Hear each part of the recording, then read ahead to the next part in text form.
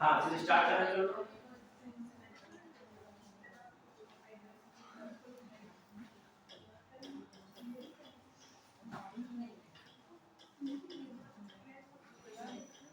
भारतीय राज्य व्यवस्था उसमें जो है देखिए थोड़ा सा टाइम लोग पास कम है तो थोड़ा सा हम लोग स्पीड में कई कई टॉपिक एक दिन लेके चलेंगे, ठीक है? इतना कर पाएंगे बात बचेगा तो क्वेश्चन आंसर वहीं से किया जाएगा, ठीक है? देखिए आज जो है संवैधानिक विकास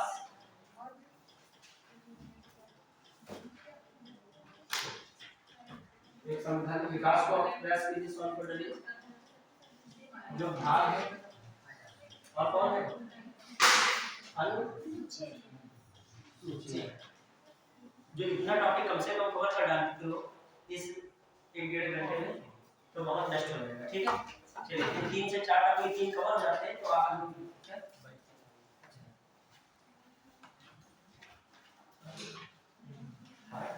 तो हम लोग जो है जबरदस्त परफॉर्मेंस हो जाएगा, सब कुछ कंप्लीट कर लेंगे, ठीक है?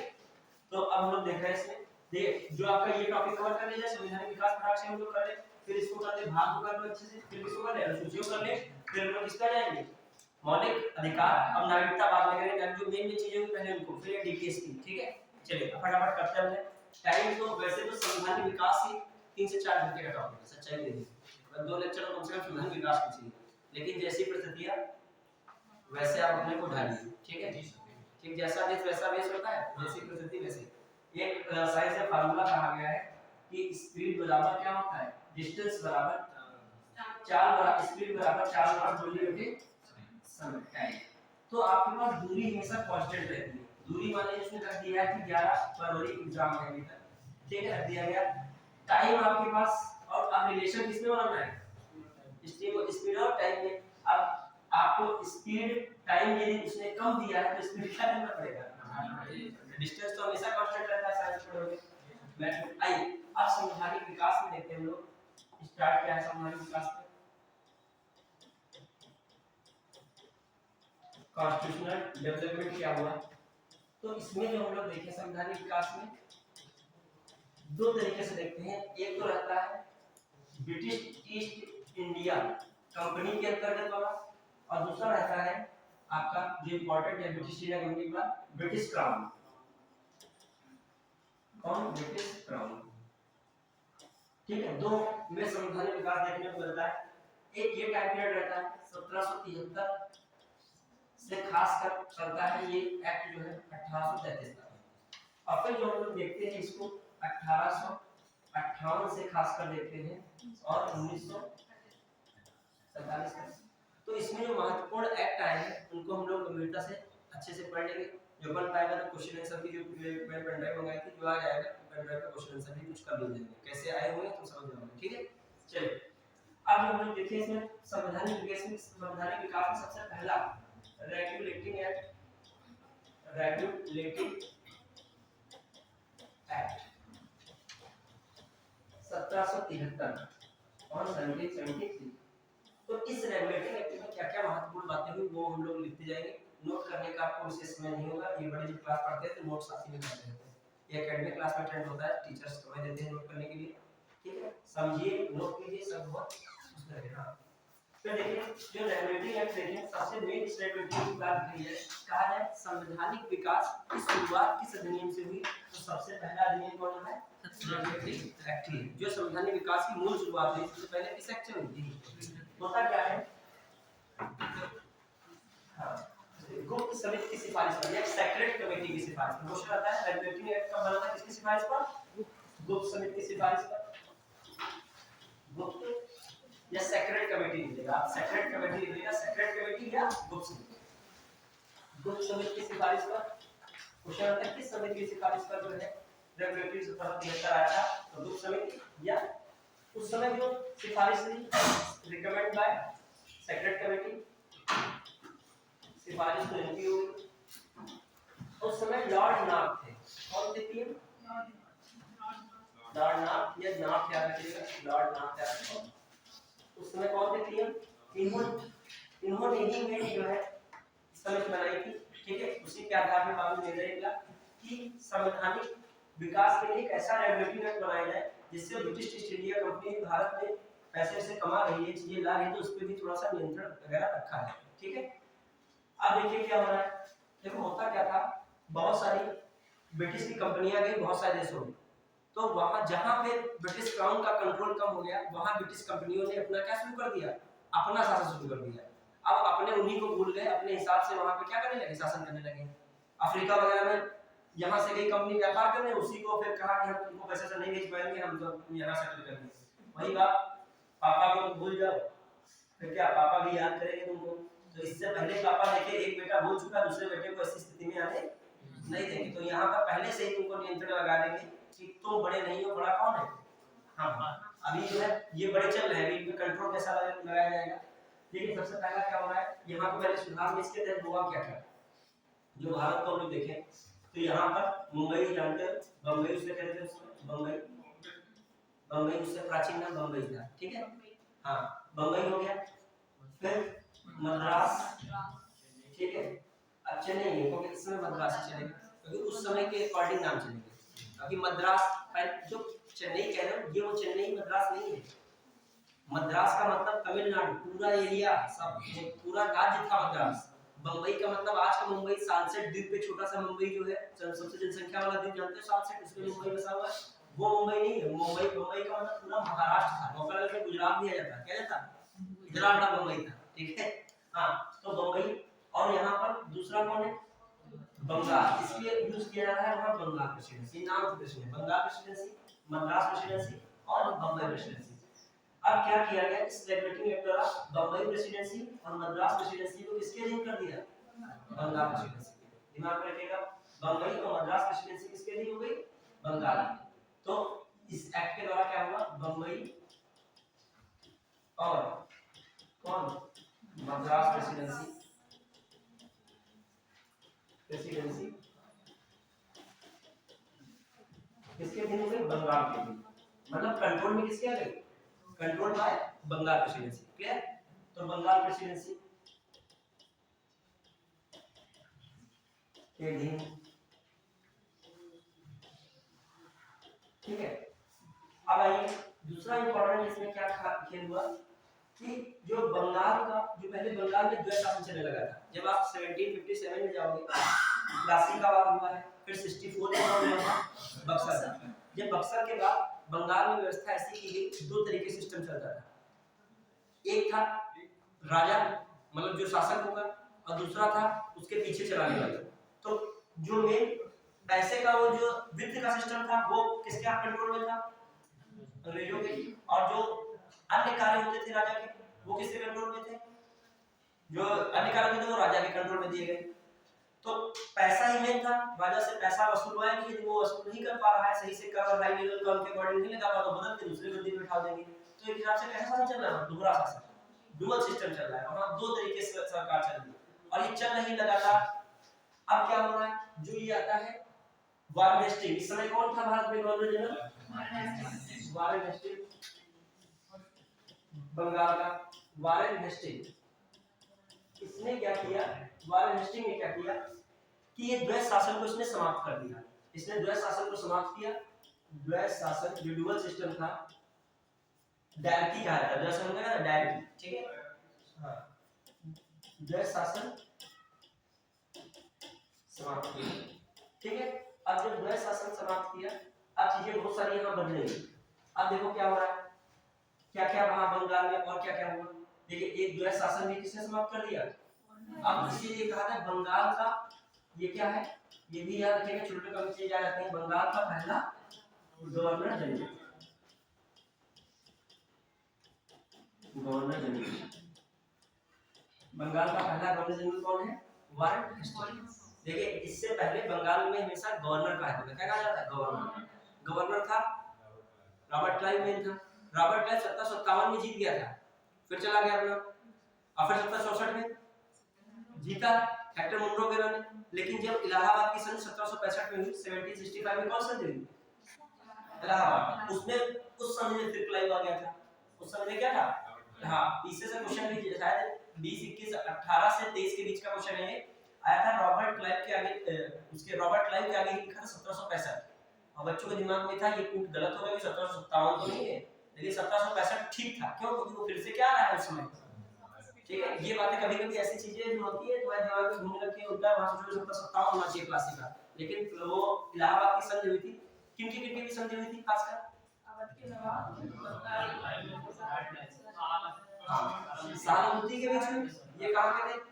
सहानुभूति कौन है? दिल्ली के, ठीक है। और सुजाउद्दौला अवध, ठीक है। मीर कासिम बंगाल के थे, उनसे कोई मैटर नहीं कहता है, दोनों की ही मेन वो होती है, लड़ते भले मीर कासिम है, लेकिन इलाहाबाद की संधि उनके बीच नहीं होती है, ठीक है। वो तो फिर हिस्ट्री का विषय हो जाएगा। इलाहाबाद की संधि में शर्तें क्या थी, बहुत इंपॉर्टेंट है इलाहाबाद की संधि, वहां से बहुत चीजें खुलती हैं। वहीं से इनको ब्रिटिश ईस्ट इंडिया कंपनी को, इसको ब्रिटिश ईस्ट इंडिया कंपनी को मेन पावर कहां से मिल रही है? इलाहाबाद संधि से। उसी से इनको जो है बिहार है, बंगाल है, उड़ीसा की पूरी जो है राजस्व वसूली के रूप में दीवानी का अधिकार मिल जाता है। तो वहीं से देखा जाए एक हिसाब से डुअल सिस्टम चला था, लेकिन यहाँ पर वो सब क्या कर दिया गया, द्वैध शासन व्यवस्था खत्म की वारन हिस्ट्री में। अब आइए कौन कौन इंपॉर्टेंट बात इसमें और हो रही है। एक बोला था court of director, COD. COD का गठन किसमें हो रहा है? कोर्ट ऑफ डायरेक्टर का इसी में, थोड़ा सा ध्यान रखिए, कोर्ट ऑफ डायरेक्टर इसी में हो रहा है। फिर जो हम लोग ध्यान से देखें, जो रेगुलेटिंग एक्ट आया था, इसमें सबसे इंपॉर्टेंट क्वेश्चन बन जाता है कि भारत का पहला उच्चतम न्यायालय किसमें स्थापित हुआ? फोर्ट विलियम जो कॉलेज है वो 1800 करीब ये हुआ था। फोर्ट विलियम वो हुआ था बेंजली के समय। किसमें हुआ? फोर्ट विलियम ने 18 में जो खुला था सुप्रीम कोर्ट में, कॉलेज वो है फोर्ट विलियम कॉलेज, ये मैं कह रहा हूं सुप्रीम कोर्ट कह रहा हूं। वो फोर्ट विलियम कॉलेज 1800 में हुआ था और बेंजली, हां अरे मेरे समझो तो फोर्ट विलियम कॉलेज जो मैं बता रहा हूँ 1800 में खुला था। कहाँ पे? बेंजली के समय खुला था, ठीक है। बेंजली उसमें था। वो खुला क्यों था? जो अधिकारी अंग्रेजी होंगे उनको भारतीय भाषाओं का ज्ञान दिया जाए इत्यादि के लिए वो चीजें थी, वो हिस्ट्री का है, ठीक है। हम कह रहे हैं सुप्रीम कोर्ट है, ठीक है। ये पहला सुप्रीम कोर्ट जो है, पहला, हाँ पहला सुप्रीम कोर्ट स्थापित हुआ, ठीक है। ठीक है, स्थापित हुआ कब हुआ? 1774, ठीक है। 1774 में स्थापित हुआ, लेकिन जो एक्ट था वो 1773 में। छोटी बात याद रखिए। देखो ये सुप्रीम कोर्ट, ये पूरा नाम सुप्रीम कोर्ट था, लेकिन काम इसका हाई कोर्ट से भी नीचे था, क्योंकि ये जो था केवल कलकत्ता के लिए था। किसके लिए था?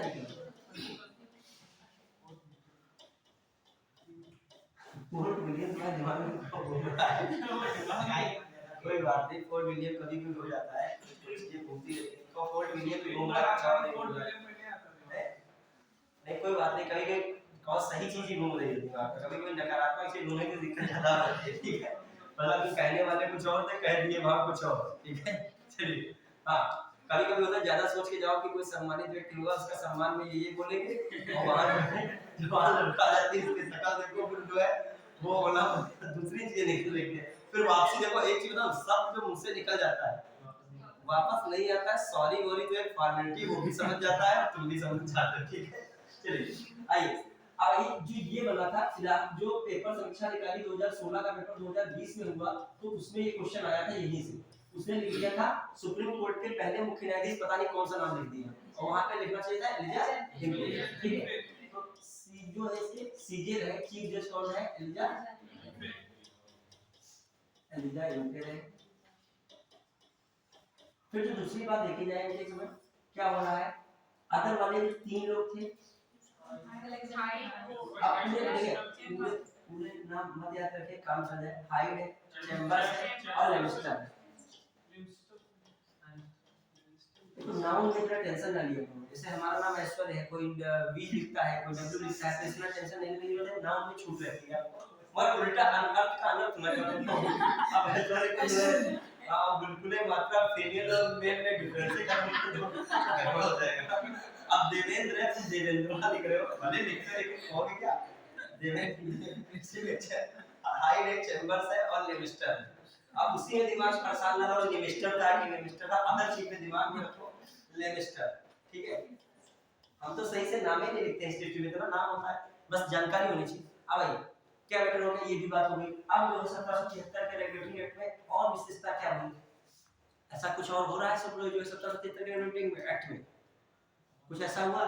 अच्छा, वारेन हेस्टिंग के समय ही बताइए कौन सी व्यवस्था चलाई गई थी, बताइए वो किसने चलाई थी, हालांकि बताइए वारेन हेस्टिंग के बाद कौन आ रहा है, बताओ कि वारेन हेस्टिंग ने कौन सी ऐसी भू राजस्व व्यवस्था चलाई थी। भेड़वाड़ी तो आगे चला बोलो मेरा, इजारेदारी नाम सुने हो, इजारेदारी की व्यवस्था किसने चलाई थी, वारेन हेस्टिंग्स। हालांकि आपको इतना डीप में जल्दी बोलते हैं हिस्ट्री का विषय हो जाएगा, ठीक है, कॉर्नवालिस इसके बाद आ रहे हैं वो अलग चीज है। अब आइए दूसरा एक्ट कौन है आपका इंपॉर्टेंट कौन है, 1784 सेटलमेंट एक्ट आता है, कोई मतलब उसका नहीं है। आपका मेन एक्ट कौन है 1784 का, पिट्स इंडिया से क्वेश्चन आते हैं, ठीक है, पिट्स इंडिया एक्ट। देखो एक्ट बहुत सारे हैं तो हर एक्ट में पीएचडी नहीं करना है, लेकिन मेन मेन एक्ट से बातें पढ़ते हुए क्या करनी है, निकलनी है। क्वेश्चन बनेगा, पीडीएफ आ जाएगी, वो आ जाएगी पेन ड्राइव वाली, तो क्वेश्चन आंसर लास्ट में हो जाएगा, 10-15 मिनट लास्ट में बचेगा, ठीक है। Pitt's India act, Pitt's India act ध्यान रखिएगा, इसमें क्वेश्चन में कैसे सॉल्व करना, बहुत बढ़िया बढ़िया क्वेश्चन मिले इससे। देखिए अभी तक कोर्ट ऑफ डायरेक्टर बना था, अभी तक कंपनी पर नियंत्रण अभी और जरूरत थी, तो इसलिए कंपनी पर और नियंत्रण स्थापित करने के लिए क्या बना दिया गया, बोर्ड ऑफ कंट्रोल बना दिया गया। क्वेश्चन था बोर्ड ऑफ कंट्रोल किस एक्ट से बना था, कंफ्यूजन हो जाएगा, ये इसमें है कोर्ट ऑफ डायरेक्टर, और आगे चल के दोनों समाप्त हो गए किसमें, 1858 के एक्ट से, समझ रहे, आगे चल के दोनों खत्म करके बना दिया गया स्टेट सेक्रेटरी ऑफ इंडिया। ये छोटी छोटी चीजें होती है, कंफ्यूज हो जाता है बच्चों को, पता जाता होता है पढ़ के, ठीक है। आई पिट्स इंडिया एक्ट में क्या आप लोग देखेंगे, ब्रिटिश ईस्ट इंडिया कंपनी के राजनीतिक एवं वाणिज्यिक करिए व्यापारिक करिए, ब्रिटिश ईस्ट इंडिया कंपनी के राजनीतिक एवं व्यापारिक कार्यों को पृथक किया। थोड़ा सा दम मिलता है कि आप लोग पुलिस वाली बैच में तो नहीं पढ़ रहे हो, आप जिस पद पे जा रहे हो वहाँ बहुत धीर गंभीर लोग मिलेंगे आप इतना धीर गंभीर होंगे, बगल में खड़े होंगे, लेकिन जान नहीं पाओगे शिक्षा अधिकारी है कि वो जो है सीईओ है, बाद में पता लगेगा पावर का इस्तेमाल होगा तब जानकारी मिलेगी, ठीक है। देखो जब बड़ी जगहों पे पहुंचते हैं तो बहुत आपको शांत व्यक्ति मिलता है, आज साइंटिस्ट बगल में आके खड़ा होगा वैज्ञानिक, तो ये नहीं लगेगा वैज्ञानिक को खड़ा है। जब वो टीवी पे देखोगे यही है इसरो की मीटिंग में, तो फोटो वोटो दिख रहे हैं, ठीक है, तो ये सब होते हैं, ऐसे लोग होते हैं। हमारे नाना रिलेशन में है तो रिटायर हो गए हैं, वो डीआरडीओ में थे, एमएससी में उस समय गोल्ड मेडलिस्ट थे जब हाई स्कूल लोग पास नहीं कर पाते थे, ठीक है, तो आज का हम लोग समझ लो आईआईटी 80 से ऊपर हो जाता था उस समय का एमएससी में, तो वो डीआरडीओ में थे, अच्छी पोस्ट है, तो वो इतने शांत चित्त है, इतना गंभीर है, मतलब सिंपल शर्ट है एकदम, जो है एकदम साधारण मेंटेन है, लेकिन ये तो शांत एकदम शांत, हर चीज रूटीन पे है उनकी जीवन की, और बहुत शांत है। लेकिन जब मैं चंडीगढ़ गया और उनकी कार हमको लेने आई और मेजर जब सैल्यूट मार रहे थे तो हमको 2-4 बार नाना को देख रहे थे इतना चीप जब कैसे हो सकता है, ये कितने व्यक्ति है, ठीक है। लेकिन जब उनकी फैमिली में जाओगे आप तब लगेगा कि हाँ वाकई में किस लेवल पे हैं, बाकी फैमिली वाले थोड़ी तरह शांत होते हैं, वो सब अपना ट्रेंडिंग में रहते हैं कि चल रहा है ट्रेंड आजकल का, ठीक है। चलिए आइए कहां पे हम मुझे 570 पिट्स इंडिया एक्ट में एक बात इंपॉर्टेंट हुई, दूसरी बात देखो, पहली बात ये इंपॉर्टेंट, तो राजनीतिक और व्यापारिक कार्य क्या किए गए, पृथक किए गए। दो बातें इसमें यहां से हम लोग याद रखें चलेंगे किसमें, पिट्स इंडिया एक्ट में। देखो जितनी महत्वपूर्ण बातें वो पहले कर रहे हैं, बाद में कहानी होनी चलेगी। इसके बाद जो आता है कौन सा एक्ट आता है इंपॉर्टेंट, बहुत इंपॉर्टेंट आ रहा है, देखिए अब जो सबसे अब सबसे मेन इंपॉर्टेंट एक्ट आता है 1813 का। देखो वरना 3 टॉपिक हो नहीं पाएंगे, अभी मैं लिखा हूं उसका भी तरीका होता है, एक होता है बहुत विश्लेषण करके पढ़ाना, एक होता है थोड़ा सा क्या करना ज्यादा पढ़ो, जो सबसे आ जाए क्वेश्चन कर ले जाओ, एक में टॉपिक में पीएचडी करें उससे एक क्वेश्चन 2 क्वेश्चन तो करके बैठ गए, लेकिन अगले में हमको हवा ही नहीं लगी, जान ही नहीं पाए वो क्या था, और नॉर्मल क्वेश्चन वाला उससे आ गया। आई थिंक अगला कौन है आपका, बहुत आसानी पड़ेगा 1813 का चार्टर लिखो या कोई नई एक्ट याद रखो। अब ये फेमस हुए, इसके बारे में 3 लिखा है, तीनों बातें बहुत इंपॉर्टेंट है तो बहुत सारी बातें, लेकिन 3 बातें तो वेरी इंपॉर्टेंट है और आपको इन्हें दिमाग में रखना है, कॉपी किताब के नोट से मतलब नहीं, पीडीएफ मोबाइल में भी हो कोई मतलब नहीं, ग्रंथ लिखा होता है, लेकिन आपके संक्षेप में जैसे संवैधानिक विकास है तो हर टाइम बताने के लिए तैयार हो कि इन एक्ट में ये महत्वपूर्ण बातें हैं। सारे एक्ट हो जाए, सारी बातें हो जाएंगी वो ठीक है, लेकिन आप बता नहीं पा रहे कोई भी एक्ट की कोई इंपॉर्टेंट बात, तो भी कोई मतलब नहीं।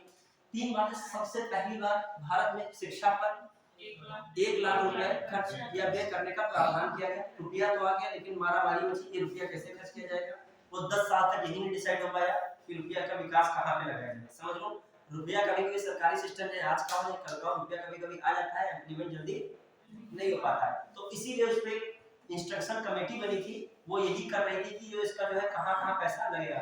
वो भी कब बनी थी? 1823 में, और ये कब है? 1813 में। ठीक है, भारत में पहली बार शिक्षा पर व्यय हेतु 1 लाख रुपए का प्रावधान।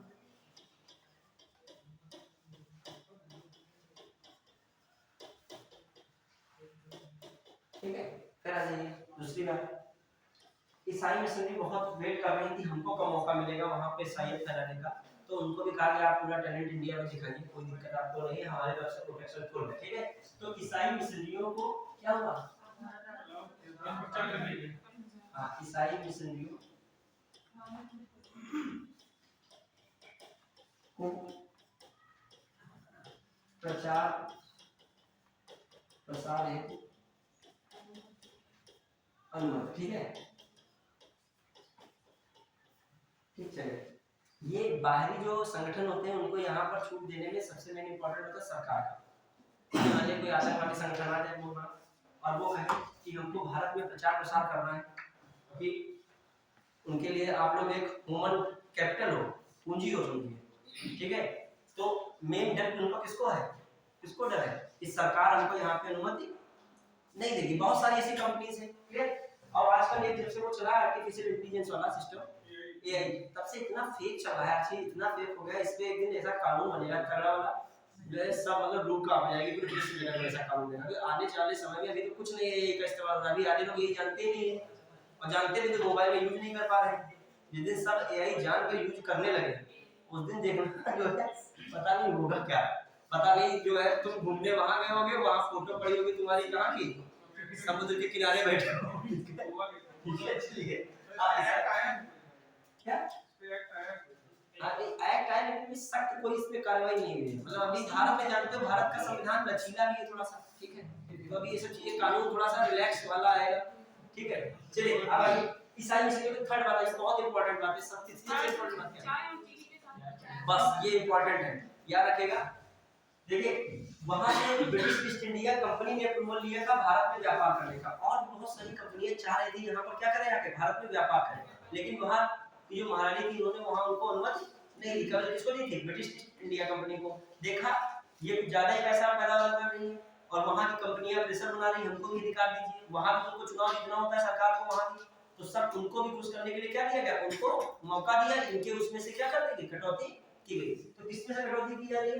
केवल दो बातें कही जा रही है, चीन और चाय के साथ केवल आप व्यापार करोगे, एकाधिकार रहेगा, मोनोपोली रहेगी और कोई कंपनी यहाँ व्यापार नहीं कर सकती। अदर में आपके व्यापारिक एकाधिकार क्या होगा? आप अदर में सारे लोग आ जाएंगे जो कंपनी वहां से अप्रूवल पास आएंगे। चीन और चाय के साथ व्यापारिक एकाधिकार के साथ छोड़, चाय और चीन के साथ व्यापार को छोड़कर, व्यापार को छोड़कर। ठीक है, अन्य व्यापारिक एकाधिकार क्या कहेंगे? अन्य व्यापारिक एकाधिकार अधिकार समान। ठीक, ये भी हो गया आपका 1 2 3 बात इंपॉर्टेंट होगी। अब आइए इसमें से इंपॉर्टेंट 13 में से यही था। अब जो हम लोग देखें कौन सा चार्टर एक्ट है? इंपॉर्टेंट 33। ठीक है, उसमें मेन थीम रही केंद्रीकरण को बढ़ावा देगा। मतलब मेन क्या किया गया? सेंट्रलाइज। मेन सेंट्रलाइज जब किया गया तो कॉमन सी बात है, अब बंगाल से उठ के भारत वाला सिस्टम शुरू हो जाएगा। तो ये बंगाल गवर्नर जनरल था वो क्या बन गया? पूरे भारत का गवर्नर जनरल। फिर क्या हो रहा है उसमें, क्या किया जा रहा है? सबसे मेन इंपॉर्टेंट बात क्या क्या हो रही है? जितने भी बचे थे मोनोपोली वाला का जो भी बचा था चीन और चाय के साथ, उसको भी क्या कर दिया गया? समाप्त कर दिया गया। और क्या हो रहा है? मैकाले का स्मरण पत्र आता है। ठीक है, जो मेमोरेंडम आता है मैकाले का, कि क्या आता है? भारत में शिक्षा के लिए जो भाषा का माध्यम बनाया जाएगा उसे अंग्रेजी बनाया जाएगा। फिर उसी समय जो है कानून पे भी समिति बन रही है। कौन बन रही है? कानून समिति भी बनी किसके समय? मैकाले क्या कहिए इसी एक्ट के समय, और इसमें होता है विलियम बैटिंग जो होता है उसके समय, ये इसी में विलियम बैटिंग, और उसी के द्वारा आगे चल के, हालांकि उसमें जो है उससे कुछ साल पहले ही, इस एक्ट के 4 साल पहले 1829 में विलियम बैटिंग ने क्या समाप्त कर दिया था? सती प्रथा जो चल रही थी रूढ़वादी कानून को भी, मतलब उसको समाप्त करने के लिए कानून बना दिया था। क्लियर? चलिए अब आइए उसके बारे में देख लें। यहाँ पे में क्या क्या इंपॉर्टेंट है 1800 किसमें 33 में क्या है? पहली बात तो केंद्रीकरण को प्रमोट किया गया। फिर यही जो बनते थे बंगाल का जो भारत का गवर्नर जनरल, भारत का पहला गवर्नर जनरल बन गया। गवर्नर जनरल कौन बन गया? William batting. फिर इसमें कानून समिति बनी। क्या बनी? कानून समिति। कानून समिति का भी हेड कौन रहा? मैकाले रहा। मैकाले यहाँ धर्म की बुराई करता है, कहता है कि जो है वहां मतलब यहाँ के साहित्य और अरब के साहित्य की तुलना करता है कि वहां की एक लाइब्रेरी में भी एक जो है अलमारी है, उसका जो एक कक्ष है उसके बराबर है। ठीक है? और बल्कि ये सब जानता होता होगा कि जो आपका कोपरनिकस ने सौरमंडल की खोज की थी, उसके पहले ही बात सबसे पहले 6वीं शताब्दी में कौन बता रहा है? वारामिहिर बता रहे हैं। कौन बता रहे हैं? वारामिहिर। उसको पता होगा जो डाल्टन ने दिया था परमाणु सिद्धांत, उससे पहले यहाँ पे रचनाओं में किसका मिल जाता है? कणाद मिल जाता है, जो बता रहे हैं सूर्य जो है सूर्य के चारों पृथ्वी घूमती है। ठीक है? टॉलमी तो उल्टा बताते हैं। ठीक है? पृथ्वी जो है सूर्य पृथ्वी के चारों ओर घूमता है। ठीक है? तो भारतीय तो सीधा बताते हैं। ये कौन बता रहा है? ये क्वेश्चन एंशिएंट हिस्ट्री में आता है। पृथ्वी सूर्य के चारों ओर घूमती, किसने बताया था? वारामिहिर ने बताया था। आपने वहां किसने बताया था? वाह, लोगों के दिमाग में बस वही एंशिएंट हिस्ट्री होता है। इतना ज्यादा मैकाले में कहता था कि ना कि ऊपर से भले भारतीय दिखे लेकिन अंदर से जो क्या ही बन जाएगी, अंग्रेज बन जाएंगे। बात बिल्कुल सही है। ठीक है? ठीक है? अपने लोग नाम याद नहीं रहते, केपलर के गणित नहीं याद रहेगा। ठीक है? फिर मैं कह रहा हूं सच में उसको अभी कॉपर जो सौर मंडल को किसने की तुरंत बचा जाएगा? कॉपरनिकस। अपने वहां पूछ लोगे गुरुत्वाकर्षण वाला, उधर बताओगे न्यूटन, तुरंत इधर बता दो गुरुत्वाकर्षण तो भास्कराचार्य नहीं बता पाएगा, वही बता पाएगा एंशिएंट हिस्ट्री पढ़े होगा। ठीक है? फिर आइए कुछ और चीजें हैं, जैसे बताइए तो पृथ्वी अपनी धुरी पर घूमती है, ये किसने बताया था? एंशिएंट हिस्ट्री में ये क्वेश्चन आते हैं। आर्यभट्ट ने बताया था। किसने बताया था? थोड़ा डिफरेंस है, वो बता रहे हैं वारामिहिर इससे और अपनी धुरी पर घूम रही है। ये कौन बता रहा है? आर्यभट्ट। ठीक है? और ज्योग्राफी क्या बताती है? जब पृथ्वी अपनी धुरी पर घूमती है तो क्या होता है? बताओ क्या परिवर्तन होता है? दिन रात। और क्या होता है? ऋतु परिवर्तन भी होता है। अब झुकी जब अक्ष में होती है तब क्या होता है? ऋतु परिवर्तन बच्चे उससे होता है जब आपकी अक्ष में झुकी होती है, उससे क्या होता है? ऋतु परिवर्तन। क्लियर? ये कौन कह रहा है? ज्योग्राफी कह रही है। बात एक ही चीज है लेकिन उसको कई कई डायमेंशन में पढ़ा जाता है। चलिए कहां मतलब आ गए? जो क्वेश्चन बोले हैं ना आर्यभट्ट की, सब आए हुए क्वेश्चन ये भी थे। ठीक है? हां बाहर पढ़िए फोल्डर में नहीं बाहर। अच्छा ठीक ठीक, थैंक यू। हां अब आइए कहां पे लोग आ गए? ये व्यापारिक का देखो। फिर आइए 1833 का जल्दी इसमें बताइए क्या क्या और पॉइंट हो सकता है? बताइए यही पे समिति थी तो आपका क्या लिखेगा? कानून समिति लिखा था, उसमें लिखेगा शिक्षा समिति भी बनी है। शिक्षा समिति, शिक्षा समिति। और इसमें क्या था? मैकाले का स्मरण। मैकाले का कब आया था? मैकाले का स्मरण इंपॉर्टेंट है। 1835 में था। किसमें था? अंग्रेजी को भारत में शिक्षा का माध्यम बनाया। अंग्रेजी को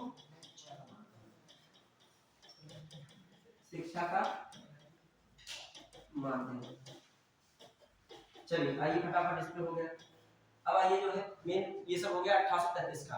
आप पढ़ते ही थोड़ा सा स्पीड में लिखे, छूट तो नहीं रहा किसी का? अभी मैंने है नहीं इसमें, जब अभी आगे अभी जो चीजें मेन है तो उसमें है। हाँ फिर आइए 1833 के बाद आप मेन चलिए किस पे? अरे सबसे इंपॉर्टेंट कौन आ रहा है? 1853 का कोई इतना इंपॉर्टेंट नहीं, 58 का। ये किस वजह से है? 1858 किस वाला बार है? 1858 1858 है। चलिए 1858 में टच करते हुए सब मेन चीज चल रहा है, जिससे पीवाई क्यूज आप सॉल्व करो तो लगे, ठीक है। हां फिर ये 1858 में अब प्रयास किया करो देख के ना बताया करो, रिकॉल दिमाग पे पावर डाला करो। ये देख के बताना ये बहुत क्या है बताया हम चीप हो जाता है कि पता क्या होता है तुम्हारा चीप भी क्या कहे उसमें तुम्हारा रिकॉल का पावर घट जाता है, किस टाइम आप रिकॉल कर रहे हो। फिर एग्जाम हॉल में भी आप रिकॉल नहीं कर, फिर मन होगा कॉपी हम कैसे भी वहां पहुंचा दें भले दीवार हो जाए जीवन भर के लिए, वो हां वो दीवार हो जाओगे जीवन भर ठीक है। मगर प्रयास करो आप पढ़े हो तो उसकी आधी बात बता दीजिए, वो बेटर है पूरी बात बताने से।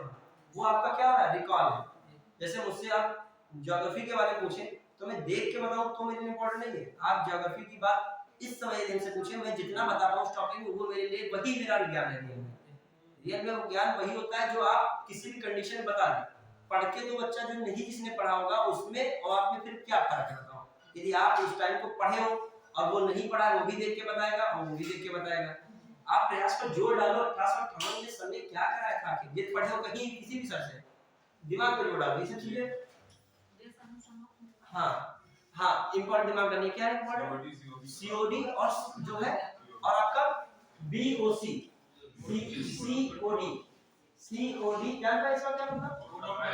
हाँ और वो है बोर्ड ऑफ कंट्रोल, ठीक है बोर्ड ऑफ कंट्रोल ये क्या किए गए समाप्त। फिर एक नया प्रश्न कर दिया गया, कौन सा नया प्रश्न हुआ देखिए एक देखो वायसराय प्रश्न थी है। हाँ क्या कौन सा सचिव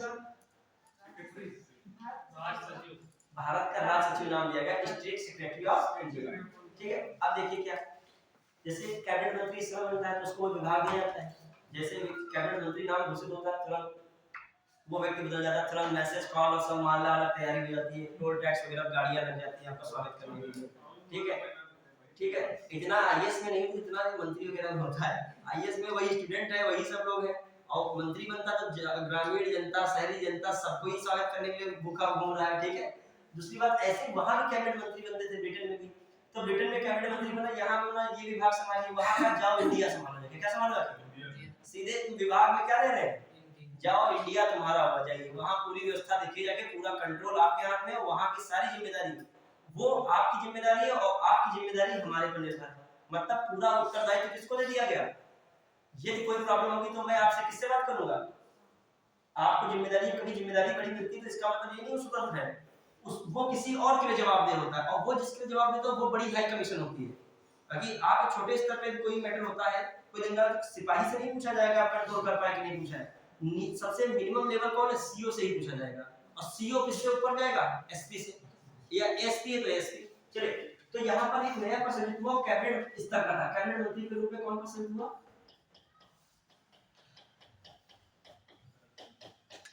कैबिनेट मंत्री के स्तर का कौन भारत का राष्ट्र सचिव, भारत का राष्ट्र सचिव, ठीक है स्टेट सेक्रेटरी ऑफ इंडिया, ठीक है। तो अब भारत का राष्ट्र सचिव बन गया। अब आइए दूसरा पद क्या कहा गया, जब 1800 इससे जानते हो पहले कौन सी क्रांति हुई थी 1800 फर्स्ट रेवोल्यूशन ऑफ इंडिया कही जाती है 1857 की क्रांति हुई। 1857 की क्रांति के कारण जो ये हिस्ट्री का क्वेश्चन है लेकिन आ गया तो दिमाग में बताइए कारण एक दो बताइए क्या रहे कारण खासकर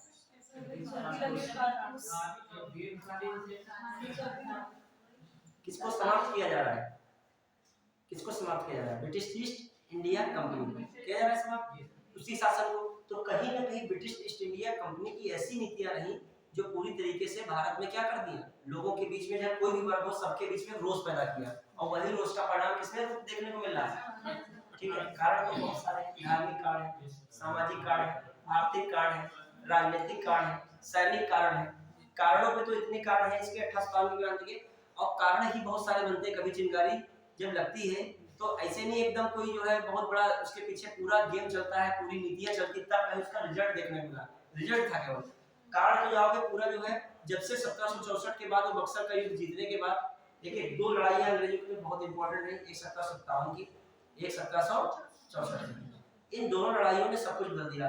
1757 जो जीता गया वो कूटनीति पे जीता गया था, किसने जीता गया डिप्लोमेटिक पे, मतलब उसमें अंग्रेजों का इतनी पावर नहीं थी भारतीय सामने लोग खुल के मैदान में आ जाए। यही था उनका इधर मिला लो उनका उधर मिला लो, ये सब बनाओ तमाशा बना के कैसे भी सामने वाले को हरा दिया जाए। और दूसरी वे उतना पावरफुल हो गए 57 से 64 तक इतना पैसा वो कमा लिए, इतना धन अर्जित कर लिए, अब उनके पास पावर आ गई क्या खुल के लड़ने की, अब आ गए आमने सामने मैदान में। तो 64 का लड़ाई एकदम हो गया सैन्य विजय और एकदम था भारत में, अखिल भारत में पूर्ण संप्रभुत्व स्थापित करने वाला जो वर्ड यूज किए थे वो हो जाएगा 1700। और उसके बाद उन्होंने क्या किया, कोहराम मचाए, जो भी हो सका उन्होंने समझ लिया कि ना दिल्ली में पावर है, ना अवध में पावर है, ना बंगाल में पावर है, मतलब यहाँ के राजाओं के पास पावर और कुछ है नहीं। जब मिलके आप लड़ते हो फिर हार जाते हो तो आपकी दुर्गति क्या होनी है, ज्यादा होनी है। यदि आप मिलके लड़ रहे हो कभी तुम बचे रहोगे तो सामने वाला दुश्मन सोचेगा अभी ये वाला घाट बैठा इससे भी लड़ाई करनी है। तीनों लोग मिल लिए सब आपस में आके, दिल्ली अलग मिल लिया, बंगाल अलग मिल लिया, अब उसमें पावरफुल चल रहा था वो भी अलग मिल लिया। अब तीनों लोग बाकी बाकायदा क्या हो गए, पूरी तरीके से हार गए। अब जो अंग्रेजों ने 1764 के बाद किया सिस्टम वो पूरा अपना ही भरा है। अब ये जो है परिणाम कहां देखने को मिल रहा है, और खासकर 3 नीतियां इनकी बहुत बेकार थी, उनके लिए बेटर थी, अपने लोगों की बेकार थी। एक थी स्थायी बंदोबस्त, एक थी रैयतवाड़ी और थी कौन, महानवाड़ी। इसमें पूरी तरीके से किसान तबका क्या हुआ, बिल्कुल समाप्त हो गया, उसका भी एक कारण है, ठीक है, बहुत सारे कारण रहते। अब आइए इसमें सबसे पहले क्या किया गया, अब भारतीयों का ऐसा रोज दोबारा ना हो पाए, कैसे भी कंट्रोल तो कर लिया अंग्रेज, थोड़ा सा टैलेंटेड तो इस मामले में थे, मानना पड़ेगा, उनसे जो भी भिड़ा है आखिरी में उसको मौत ही पुरस्कार स्वरूप में मिली है। कोई भी भिड़ा उनसे, देख ले इतिहास उठा के देख ले, कोई भी उनसे बाकी बच नहीं पाया है। जहाँ उस समय देख लो लास्ट शुरुआत में, या सिराजुद्दौला शुजाउद्दौला इन लोगों को देख लो, और जहाँ क्रांतिकारियों को देख लो, भिड़ा उठाते थे लेकिन आखिरी में उनको फांसी होती थी या गोली मार देते थे या स्वयं वो क्या कर देते थे, मार लेते थे। उनका ऐसा स्ट्रेटजी ही था, सोचिए कितना मतलब स्ट्रेटजी, तगड़ा स्ट्रेटजी, दूसरे देश में मुट्ठी में आके और यहाँ पे मरने को आप क्या कर दो, या मजबूर कर दो या मार ही दो, या फिर खुद उनके कानून में फंस जाओ। अब आइए अंग्रेजों का सिस्टम क्या होगा, 1858 में उन्होंने फिर कंट्रोल कर लिया, लेकिन सोचा दोबारा ऐसी स्थिति ना हो तो उन्होंने पूरा का पूरा ठीकरा थोप दिया किस पे, ब्रिटिश ईस्ट इंडिया कंपनी में। जब कभी ज्यादा गड़बड़ होता तो किसी को टारगेट कर लिया था है, और पता था ये हमारा ही जो चट्टा बट्टा था ये बनाया हुआ, लेकिन पूरा ठीकरा कि यही सब कोहराम मचाए, इसी को हम क्या करे दे रहे हैं, समाप्त। तो इसी के शासन को क्या कर दिया पूरी तरीके से, ब्रिटिश ईस्ट इंडिया कंपनी के शासन को क्या किया, शासन को समाप्त और फाइनली क्या कर दिया, कहा ये सीधे जो कंट्रोल होगा भारत का शासन, ठीक है, भारत का शासन ब्रिटिश क्राउन के अधीन। अब आ जाइए, ये सब बातें हो गई, और वहां पे सारी चीजें बदलनी थी दिमाग में लोगों के, वही सब बसा था कि भारत का जो गवर्नर जनरल होगा बहुत नालायक टाइप का होगा, वही तरीके का होगा, शोषण करेगा, तो उन्होंने दूसरा पद भी बदल दिया, उसको क्या कहने लगे, वायसराय। गवर्नर जनरल की पद को बदल के क्या कर दिया गया, गवर्नर जनरल का पद समाप्त कर, गवर्नर जनरल का पद समाप्त कर क्या कहा गया, वायसराय, वायसराय पद से लिख दिया गया। अब कैनिंग ने उस समय बहुत महत्वपूर्ण भूमिका निभाई कंट्रोल करने में, कैनिंग चलो उनके लिए भगवान साबित हुए अंग्रेजों के लिए। जब कैनिंग भगवान साबित हुए, कैनिंग को तो हटा नहीं सकते थे गवर्नर जनरल से, मतलब पद भले समाप्त करते लेकिन बनाएंगे भी किसको, कैनिंग को। कैनिंग इस समय टास्कान की क्रांति को कंट्रोल करने में महत्वपूर्ण भूमिका निभा रहा है। आपातकालीन मुख्यालय किसने बनाया था इमरजेंसी का, इलाहाबाद में, कैनिंग ने बनाया। तो कैनिंग को तो मेन दिया ही जाएगा जो कुछ क्रेडिट है, तो इसका क्या दिया, क्रेडिट दिया गया। कैनिंग को क्या बनाया गया, भारत का पहला वायसराय। चलिए ये भी हो गया सर, इसमें पहला वायसराय है। तो इसमें बहुत कुछ 1858 एक्ट में, जैसे कुछ नीतियां ऐसी थी जो 1858 की क्रांति में महत्वपूर्ण भूमिका निभाई, जैसे सहायक समिति किसकी, वेजेली की, ठीक है। कोई बताएगा मुझे वेजेली की सहायक संधि का सीक्वेंस, जो वेजेली की सहायक संधि में जो राज्य अंडर में अंग्रेजों के किए गए थे उनका सीक्वेंस। सबसे पहले हैदराबाद के निजाम ने साइन किया था। हां, और मैसूर देखो कुछ चीजों को आप दिमाग में ट्रिक बना के रख सकते हो। एक इसे हम लोग दिमाग में रखते हैं एचएमटी, घड़ी सुना है एचएमटी, आपकी है बस और किसी की नहीं है, ठीक है। अब आपकी है पूरे जीवन में बस, ठीक है, बस। हैदराबाद, मैसूर, तंजौर, अवध, पेशवा, बरार के भोसले और सिंधिया। ठीक है, बस आपका है तो फिर बहुत सारे, लेकिन आगे भी बहुत मिलेंगे, जोधपुर है, बूंदी है, लेकिन वो सब व्यंजनी में नहीं है। ये व्यंजनी में कहाँ तक है, यही तक है। व्यंजनी जानते हो टाइम पीरियड, वही जो है ये सब कब होगा, 1798 से 1803-4 तक चलेगा व्यंजनी का टाइम पीरियड ही, 4-5 तक 1898 से 1804-5 तक इसका टाइम पीरियड है व्यंजनी का, तो उसी के बीच में ये सब आएगा। चलिए, तो व्यंजनी की सहायक संधि थी, ऐसी संधियों पे भी अंग्रेजों ने कहा ऐसी संधि वंधि कुछ नहीं रहनी है। ठीक है, फिर आता है एक और 1800 जानते हो 48 से खासकर जो है 56 तक लॉर्ड डलहौजी की जो हड़प नीति थी, या कहते हो डॉक्ट्रिन लैब वाला जो आपका सिद्धांत था उनका, वो जो है, या गोद नीति वाली सब बातें जो है, सीधा सीधा मतलब आपका यदि ब्लड रिलेशन का बेबी नहीं है तो वो अपना बेबी बन जाएगी आपकी संपत्ति, समझ रहे हो।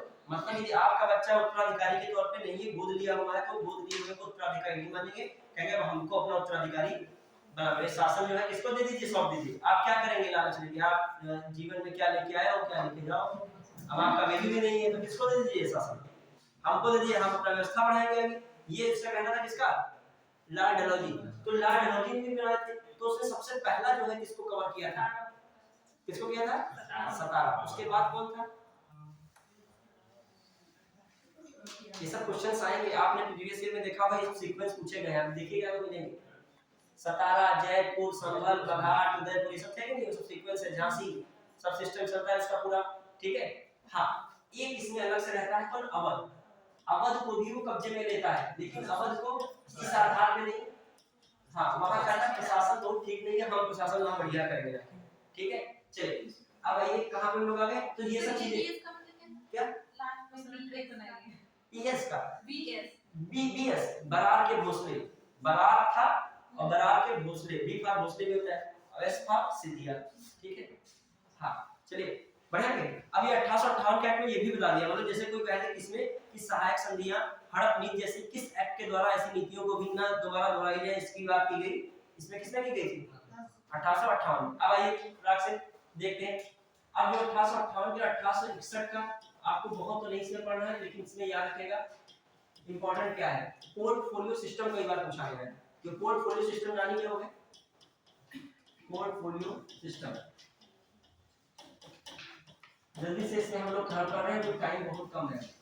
अब देखो पोर्टफोलियो सिस्टम का मतलब एक बेसिक बता रहे हैं, किसी कार्य को करने के लिए उसको कई विभागों में विभक्त करके कार्य करना, मतलब जैसे बहुत सारे कार्य हो तो उनको विभक्त कर दिए पहले कार्यों को, और उन कार्यों को करने के लिए किसी को जिम्मेदारी दे दी। जैसे कैबिनेट व्यवस्था आजकल क्या है, कैबिनेट मंत्री क्या होता है, सबको विभाग, शिक्षा विभाग, पर्यावरण विभाग तुम्हारे पास है, ठीक है, जल विभाग तुम्हारे पास। तो ये सब विभाग बांटने की बात किसमें की गई है, पोर्टफोलियो सिस्टम इसे कहते हैं। ये किसमें आया था, 1861 में। फिर ये 60 में लोग देखते हैं। 1892 में क्या था, सबसे इंपॉर्टेंट बताइए, पहली बार बजट पर चर्चा और बहस करने के लिए राइट कब दिया गया, जल्दी से देखते जाइएगा। बजट पर जो बात आई, बजट पर चर्चा, और प्रश्न पूछ सकते हो बजट पर चर्चा। पहली बार भारतीयों को बजट पर चर्चा। अब चर्चा होगी, चर्चा में तभी थोड़ा बहुत क्या हो सकता है, बहस भी हो सकती है, कभी जरूरी नहीं है अंग्रेजों के आपका चीज अनुकूल ही बोलोगे। ठीक है, फिर आइए जो बजट में पहली बार बात बोलने का अधिकार मिल रहा है, किसको मिल रहा है, भारतीयों को, 1892 के एक्ट में। अब आइए 3 एक्ट बहुत सबसे मेन इंपॉर्टेंट 2 एक्ट है सबसे इंपॉर्टेंट में से। चलो एक तो बचा, मैंने इसको कंप्लीट कर दिया। 1909 का मार्ले मिंटो सुधार भी कहते हैं इसे, मार्ले मिंटो एक्ट है सुधार। ठीक है, 1909 का एक्ट का है, मार्ले मिंटो एक्ट का है, मार्ले मिंटो सुधार है, ये रिफॉर्म। ठीक है, हाँ, ये मार्ले मिंटो एक्ट। मार्ले जो है कौन थे, सचिव थे, और मिंटो कौन था, वायसराय। तो मार्ले का मन था कि ये सही नहीं है, सांप्रदायिकता के आधार पे निर्वाचन नहीं होना चाहिए। ये कौन इसके पक्ष में नहीं है, मतलब वो सपोर्ट करता कि ये चीजें गलत है, लेकिन जो मिंटो कहता नहीं, यही क्या होना चाहिए। तो कहता है सांप्रदायिकता का जनक भारत को इसे कहा गया। क्वेश्चन उल्टा पुल्टा आ जाता है कभी कभी, तो तुमको ये कौन सी चीज आ गई सामने, सांप्रदायिकता का जनक किसको कह दिया गया, और वहां मार्ले और मिंटो दोनों नाम लिखा, फिर लिखा सी ऑप्शन मार्ले व मिंटो। तुम ये सुधार वाला सोच के करोगे, लेकिन उसमें कौन था? मिंटो था। अब आइए इसमें क्या कहा गया था? सांप्रदायिकता के आधार पर पृथक निर्वाचन व्यवस्था। ठीक है, एक लाइन लिखिएगा। अब देखो इसका विस्तार आगे होगा, कोई भी चीज शुरुआत होती है उसका बाद में क्या देखने को मिलता है? विस्तार। ठीक है, सांप्रदायिकता के आधार पर पृथक निर्वाचन मुस्लिमों के लिए पृथक निर्वाचन व्यवस्था। सभी धर्मों के लिए नहीं है, यहाँ पे मुस्लिमों के लिए पृथक निर्वाचन की व्यवस्था। देखा जाए तो पाकिस्तान में कुछ आता है, पाकिस्तान की न्यू किस एक्ट से मानी जाती है? किस एक्ट में माना जाता है? इसी एक्ट में। वहां पे कई एक्ट आ जाएंगे, तो इस एक्ट को मानोगे? मारने में। ठीक है, इस एक्ट ने एक बात कर दी कि मुस्लिमों के लिए क्या किया जाए? पृथक निर्वाचन। तो उनके दिमाग में ये आने लगा कि पृथक निर्वाचन होगा तो हमारा देश भी क्या होना चाहिए? पृथक नहीं होना चाहिए। जब आप देखोगे ये क्यों कर रहा है? क्योंकि 1905 में बंगाल विभाजन हुआ था। क्या हुआ था? बंगाल विभाजन हुआ। और बंगाल विभाजन में क्या हुआ था? बंगाल पहले पूरा भारत मतलब एक ही बंगाल था, भारत का मतलब पूरा एक बंगाल था, उसमें हिंदू मुस्लिम आबादी एक प्रकार से संगठित चल रही थी। उनको डर था कि यहाँ से भी ऐसा ना हो कि राष्ट्रीय आंदोलन जोर पकड़े और हम लोग फिर कमजोर हो जाए। तो अंग्रेजों की एक नीति हमेशा से रही है, फूट डालो राज करो, कि हर जगह पे कमजोर करो, राजा राजा लड़ा दो, कोई ऐसी नीतियां बना दो उनके जो खास व्यक्ति उनके लिए दुश्मन बन जाए। तो अब वो चाहते थे कि मुस्लिमों को अलग किया जाए, हिंदुओं को अलग किया जाए। तो मुस्लिम लोग क्या सोच रहे थे कि बंगाल में हिंदुओं की आबादी ज्यादा है तो हमको तो कम मिल रहा है, और थोड़ा सा अंग्रेजों की तरफ आ जाएंगे तो हमको थोड़ा हिस्सा क्या मिल सकता है? ज्यादा। तो उनका झुकाव किसकी ओर रहा? अंग्रेजों की तरफ रहा। हिंदुओं को लगा कि ये मुस्लिमों को पहले बना रहे हैं अपनी तरफ, और बाद में है सके किसी के नहीं, इनको सिर्फ मतलब क्या है? अपने फायदे से मतलब है। क्लियर? अब आइए, पूर्वी बंगाल में चला गया किसके अधिकार में? मुस्लिमों का वो क्षेत्र था बांटा, पूर्वी बंगाल मुस्लिम आबादी ज्यादा, पश्चिम बंगाल में कौन? हिंदू आबादी ज्यादा। और जनता को बताया गया कि ये क्या किया जा रहा है? प्रशासनिक जो है व्यवस्था को सही रखने के लिए व्यवस्था की है। रियलिटी में क्या था? आंदोलन को कम करना। इसमें क्वेश्चन आया प्रीवियस ईयर। हाँ, अब आ जाइए, ये वाला हिस्सा इधर हो गया। अब इसी का आधार क्या रहा? फिर इसी का विरोध करने के लिए स्वदेशी आंदोलन चला। क्वेश्चन आता है स्वदेशी आंदोलन में किसने भाग नहीं लिया? कौन से वर्ग भाग नहीं ले रहे? पहला वर्ग मुस्लिम भाग नहीं उसमें ज्यादा ले रहा है। दूसरा कौन भाग नहीं ले रहा है? किसान को इससे लेना देना नहीं था, हिंदू मुस्लिम क्या है हमें मतलब नहीं है, हम अपना किसानी से नहीं चले बढ़िए। ठीक है, तो वो भी भाग नहीं ले रहा है इस वाले में। अभी 1857 में भाग लेते। अब आइए, दोनों का डिवीजन हो गया, भाग नहीं ले रहे। फिर अब बाद में देखा जा रहा है कि अभी मुस्लिमों को क्या किया जा रहा है? अब वहां जब अलग किया गया, थोड़ा सा और सपोर्ट करने के लिए इनको क्या किया गया? व्यवस्था क्या की जा रही है? और ये क्यों हो रहा है? बीच में क्या बनी थी बताइए? किसकी स्थापना 1906 में हो रही है? मुस्लिम लीग की। तो आगा खां के नेतृत्व में एक सिस्टम जाता है और पूरा प्रतिनिधि मंडल जाता है, वो बात करता है मुस्लिमों के लिए क्या किया जाए? पृथक निर्वाचन घोषित किया जाए। तभी 1909 में क्या हो रहा है? मार्ले में तो सुधार। कोई भी एक्ट आता है उसके पीछे की पृष्ठभूमि होती है, बिना ऐसे पृष्ठभूमि नहीं आता है। अब आइए 1912 होता है तो फिर क्या होता है? फिर से इसको 1911 में लॉर्ड होल्डिंग का स्वागत होता है और इस बंगाल विभाजन को क्या कर दिया था? रद्द कर दिया गया। अब फिर मुस्लिम नाराज, ये क्या कर दिया? हम हमारे लिए पृथक निर्वाचन, अंग्रेज सभी किसी नहीं, उधर पहले उनको खुश किए अब उनको नाराज को। अभी बंगाल विभाजन उनका क्या कर दिया? वो सपने देखने लगे कि हम बंगाल में ये बनाएंगे वो बनाएंगे, उधर से प्रस्ताव आ रहा नहीं, सब लोग बंद करो सिस्टम में। अब क्या, चलो बंगाल फिर हो गया एक। अब मुस्लिम नाराज, उनको फिर खुश करना है। अब उसको उनको खुश करने के लिए क्या बनाना? दिल्ली को कहा चलो तुम लोग परेशान हो, तुम लोग पूर्व दिल्ली में ही शासन करते आए हैं, तो तुम्हारी राजधानी क्या हो गई? तो मुस्लिम फिर सारा खुश किया, चलो हम केंद्र में हमारा जो है गढ़ है हमारा, वो हमें क्या बना दिया गया? राजधानी में बहुमत किसका है? संख्या किसकी है? किसने राज किया दिल्ली में? तो फिर ये केवल किसको खुश करने के लिए? ये नहीं है बंगाल की जगह दिल्ली को इसलिए लाया राजधानी कि दिल्ली भारत का केंद्र है। ज्यादातर राजधानियां केंद्र में नहीं है। जो डेवलप्ड कंट्री देखोगे, वाशिंगटन देखो आप कहां पे? सबके पोर्ट पे है, सब किनारे। ऐसे तो मुंबई भारत की राजधानी होनी चाहिए, देखा है। ज्यादा कोई भी देख लो, ऑस्ट्रेलिया देख लो, कैनबरा, ये नहीं बीच में कैनबरा, यहाँ पे कैनबरा है। ठीक है, ये नहीं है कहीं भी। ये पूरा देख लो, वाशिंगटन कहां पे? इधर साइड में है बिल्कुल। क्लियर? चलिए अब आइए कहां पे चल रहे हैं? चलिए 1800 कौन आ गया आपका? 1919 का सबसे इंपॉर्टेंट दो है, बढ़िया चल गया। ठीक, अब आइए फाइनली रिजल्ट ये निकल रहा है, आजादी के समय हिंदू मुस्लिम सब समझ चुके थे। अब कुछ ये सब बवालबाजी कर रहे हैं, यहाँ से पहले सब क्या हो? फरार हो यहाँ से, कैसे भी उनको खुले में सांस लेने को मौका मिले, ठीक है। अब आइए 1919 का एक्ट, चलिए 1919 का एक्ट बताइए, बहुत इंपॉर्टेंट है, इससे सबसे क्वेश्चन आते हैं। देखिए जो भारत में आज की व्यवस्थाएं बहुत सारी हैं, उसमें जिम्मेदार कौन है ये, उसमें किसकी भूमिका सबसे ज्यादा रही है, 1919 एक्ट। देखिए इसको तो पहले मॉन्टेग्यू चेम्सफोर्ड सुधार कहते हैं, क्या कहते हैं, मॉन्टेग्यू, जहाँ सुधार बन जाए अंग्रेज अपना सुधार करते हैं, सब सही है लेकिन उनके परिप्रेक्ष्य में है, ठीक है। मॉन्टेग्यू चेम्सफोर्ड सुधार,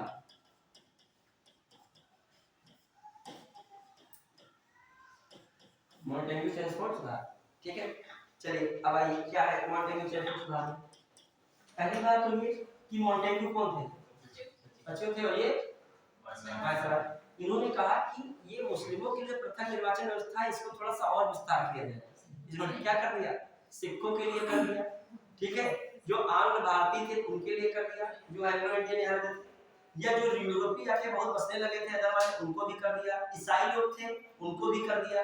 मतलब हर प्रकार से ये क्या कर रहे हैं, देखा है प्लान में, तो ये एससी एसटी के लिए भी वहां से विभाजित करके क्या कर रहे हैं, उनके लिए भी ये करना चाह रहे हैं। अब ये मतलब सिंपल क्वेश्चन है, सांप्रदायिकता का विस्तार किस एक्ट में किया गया, कम्युनिज्म का विस्तार किसमें हुआ, तो वहां 1909 में लगाइएगा, वो तो शुरुआत थी, विस्तार कहां हो रहा है, 1909, ठीक है, सांप्रदायिकता का विस्तार।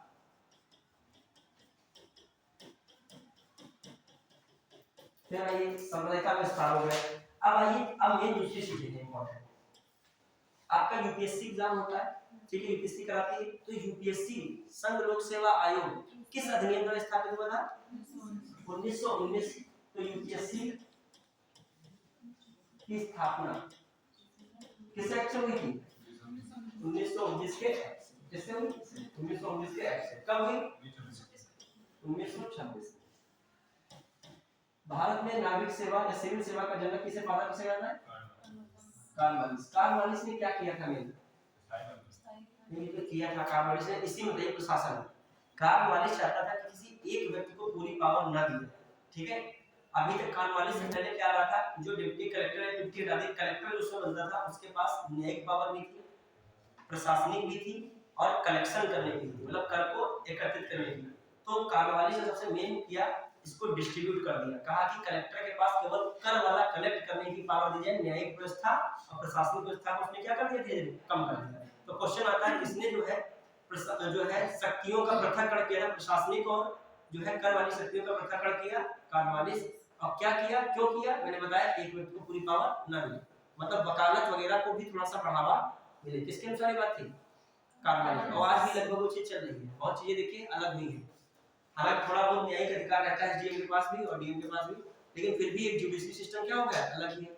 फिर है इसमें मॉन्टेग्यू चेम्सफोर्ड का मेन क्या है, इसमें जो भारत में द्विसदनीय व्यवस्था चल रही है, डबल हाउस, लोकसभा राज्यसभा। तो उस समय क्या चल रहा था, राज्य की विधानसभा वर्ड था, राज्यसभा का उस समय क्या नाम था, राज्य की विधान, जो है राज्य की विधानसभा और दूसरा विधान परिषद, दो नाम उसमें चल रहे थे। सीधा मतलब दो सदन की व्यवस्था किसमें आई, इसी में आ गई। दो सदन पहले का कब है ना, दो सदनीय व्यवस्था, डबल हाउस सिस्टम किसमें है, हाँ केंद्र में, ये कहा कि एक बताना होगी, तो भी मैं राज्यसभा लोकसभा से तुलना कर रहा हूं, इसका मतलब कहां पे, केंद्र से, याद रखिएगा केंद्र, ठीक है। दूसरी बात, अब राज्यों में क्या उसने कर दिया, dual system, dyarchy system. Dyarchy में मतलब एक किसका शासन है, केंद्र का सीधा, और एक क्या है, राज्य में। आप समझो इसको थोड़ा दूसरे तरीके से समझो, एक ऐसा बनाया गया, रियल में पावर किसके को दी गई, वहां पे गवर्नर के ही बिना प्रांत में कुछ नहीं हो सकता, रियल में ये था। एक गवर्नर को क्या किया गया, केवल कुछ ही मंत्री वगैरह की सलाह पे काम करेगा, एक में गवर्नर को पूरी छूट दी गई कि उसी की बात क्या करनी पड़ेगी, माननी पड़ेगी। तो इस हिसाब से डुअल सिस्टम था, ये कि कोई और तरीका डुअल सिस्टम का नहीं था। करेगा सब वहां पे कौन, फाइनली गवर्नर, प्रांत में क्या होता था, गवर्नर होता, प्रांत में गवर्नर व्यवस्था थी, ठीक है। तो यहाँ पर कहा जाए प्रांतों में द्वैध शासन, ये प्रांतों में डायरकी कहां पे रहा, द्वैध शासन, मतलब प्रांतों में फिर से द्वैध शासन स्टेबल हो गया, ठीक है, ये बहुत इंपॉर्टेंट बात है। अब प्रांतों की क्वेश्चन है, स्वायत्तता किसमें कम कर दी गई, प्रोविंस में, उल्टा इसी का हो गया, जब द्वैध शासन हो गया, डबल सिस्टम है, तो क्या आता है, तो स्वायत्तता भी क्या हो गई, कम है, क्लियर। प्रांतों में द्वैत शासन को बांट दिया गया था दो हिस्सों में। हस्तांतरित सब्जेक्ट रखे हुए, ट्रांसफर्ड सब्जेक्ट है हस्तांतरित, और कौन है आरक्षित। आरक्षित आपका आरक्षित हो गया, ठीक है विषय। अब आइए, जिसे हस्तांतरित हो गया, आरक्षित हो गया, अब इसका जस्ट हम लोग कहां करते जाएंगे, उल्टा करेंगे। किसमें? 1935 में। इसका जस्ट उल्टा कर दिया, हर चीज उल्टा कर दिया। वो उल्टा वहां मत हो जाइएगा, समझ रहे हो, करने में मतलब आप उल्टा वहां पे जो है वो वाली बात इसमें आ गई सारी बातें, और ये वाली बातें ये होता है। तो आप कभी इसकी सॉल्व कीजिएगा तो दिमाग हमारा घूम जाएगा कुछ जगह पे। जब दोनों बातें लिखेंगे, एक लिखा हुआ 1919 और एक लिखा हुआ 1935, तो फिर सोचने लगोगे। अब देखो ये बातें जो प्रांतों में द्वैत शासन था, वो द्वैत शासन ट्रांसफर कहां हो गया? केंद्र में। कहां हो गया? केंद्र में। और जो अभी तक केंद्र के पास स्वायत्ता थी वो कहां पे आ गई? ऑटोनोमस बॉडी के रूप में कौन बन गया? स्टेट। मतलब स्वायत्ता, ऑटोनॉमी, जो पावर आ गई किसके पास आ गई? स्टेट के पास। दूसरी बात, जब वहां पर जो दो सदन व्यवस्था थी, अब कहां दो सदन व्यवस्था हो गई? कहां पे हो गई? यहाँ पे। समझ पाए कि नहीं? सब कुछ उल्टा है कि नहीं बताइए? बस समझने का तरीका है, जो रियल में सब उल्टा है, ठीक है। और अलग उसको याद मत करो, अलग इसको नहीं। एक को याद करो, दूसरा वाला क्या हो जाएगा? अब दोनों को मत याद करो, क्यों कंफ्यूज हो जाओगे। अब देखो वहां पे जो मुझे बताइएगा क्या क्या था, उसका उल्टा यहाँ पे करना है। हाँ बताइए फटाक से, जल्दी बताइए क्या था वहां पे? प्रांतों में द्वैत शासन था, ठीक डायरेक्टली था। यहाँ पर कहां हो गया? केंद्र में।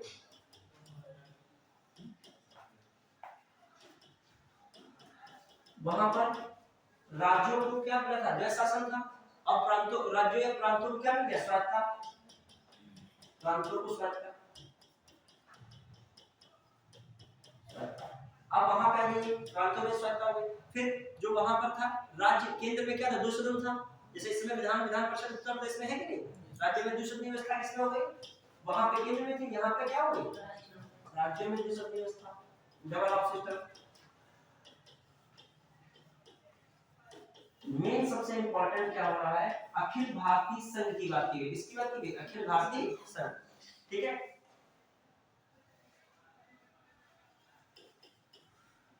अखिल भारतीय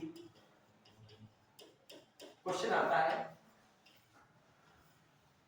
अखिल भारतीय संघ। सबसे पहली बात जो कहा संघात्मक व्यवस्था का टेस्ट थोड़ा बहुत ऐसे तो कनाडा से लिया गया। भारतीय संघात्मक से कहां से? कनाडा से। लेकिन संघात्मकता का थोड़ा बहुत जो लक्षण दिखाई पड़ रहा है, किस एक्ट में दिखाई पड़ रहा है? 1935 में। हालांकि चल नहीं पाया था, अखिल भारतीय संघ वाला इनका ही नियम चला नहीं था। इसमें एक और पावर देती थी कि राज्य अलग भी हो सकते हैं, जबकि भारत के जो संविधान में पढ़ोगे तो क्या है? भारत में जो है सब कुछ सही, लेकिन राज्यों को अलग होने का अधिकार नहीं है, ठीक है। नागरिकता एक है, राज्यों की अलग नहीं है। कोई ऐसी चीजें नहीं बनाई गई जिससे राज्य क्या हो सके? अलग हो सके, ठीक है। और यहाँ पर क्या हमने दिया था कि ऐसा तो है राज्यों का, लेकिन कोई भी राज्य चाहे अपना संविधान बना ले, चाहे वो क्या कर ले, इस संघ से अलग बना। रियासत के लिए भी नियम बनाए, तो ये चल नहीं पाया, ये वाला जो इनका कॉन्सेप्ट था। लेकिन संघ की बात करने में कर दिमाग में भारतीयों की बात डाल दी गई, संघ की व्यवस्था होनी चाहिए। फिर आइए कुछ चीजें और हो रही है। म्यांमार से बर्मा जो अलग हुआ यहीं से हो गया था,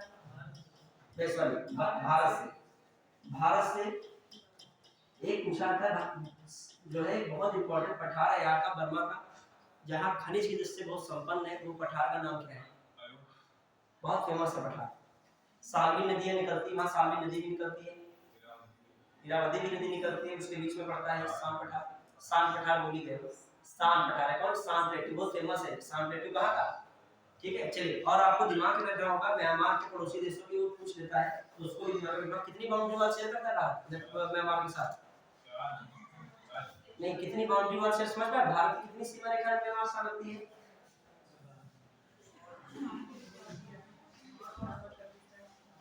कितना लगती है?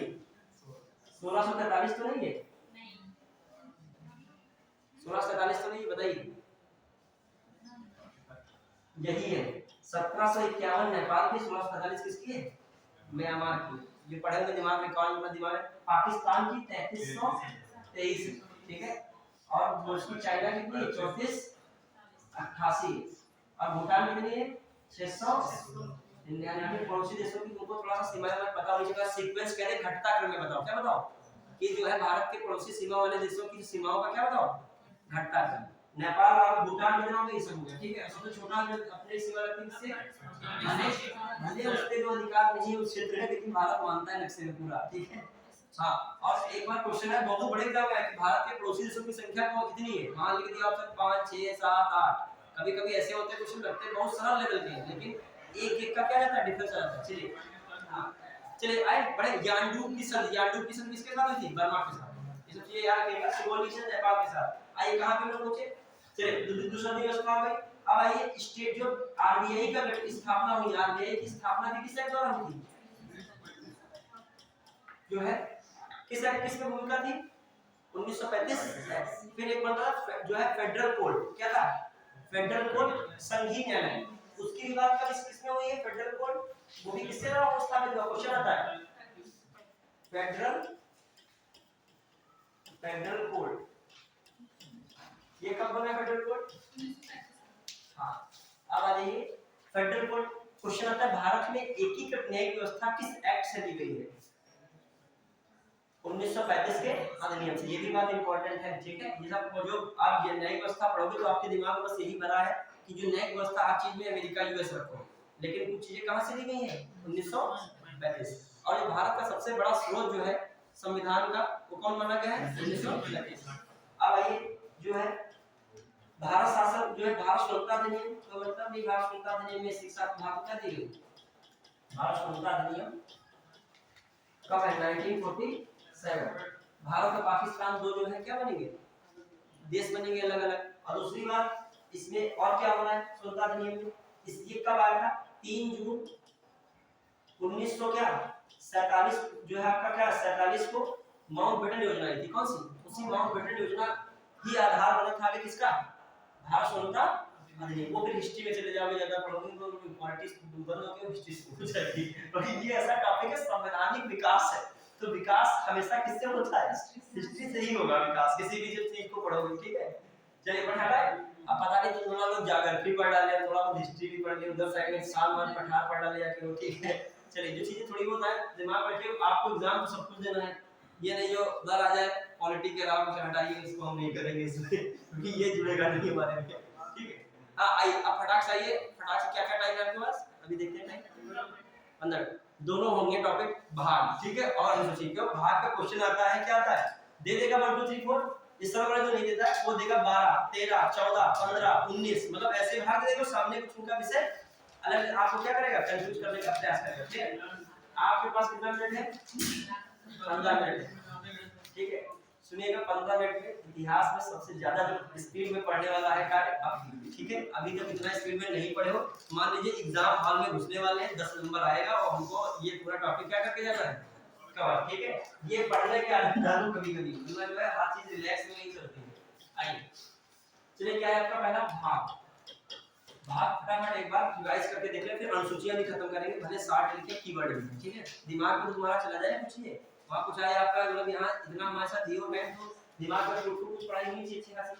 भाग बताइए, सबको पता रहता है भाग, पार्ट 1 अपना भी लिखोगे बिना देखे भी पता होगा। अब मैं 3 लिख रहा हूं, ऐसे ही होगा, ठीक है। फर्स्ट में क्या था संघ और उसके राष्ट्र, यूनियन है एंड स्टेट है,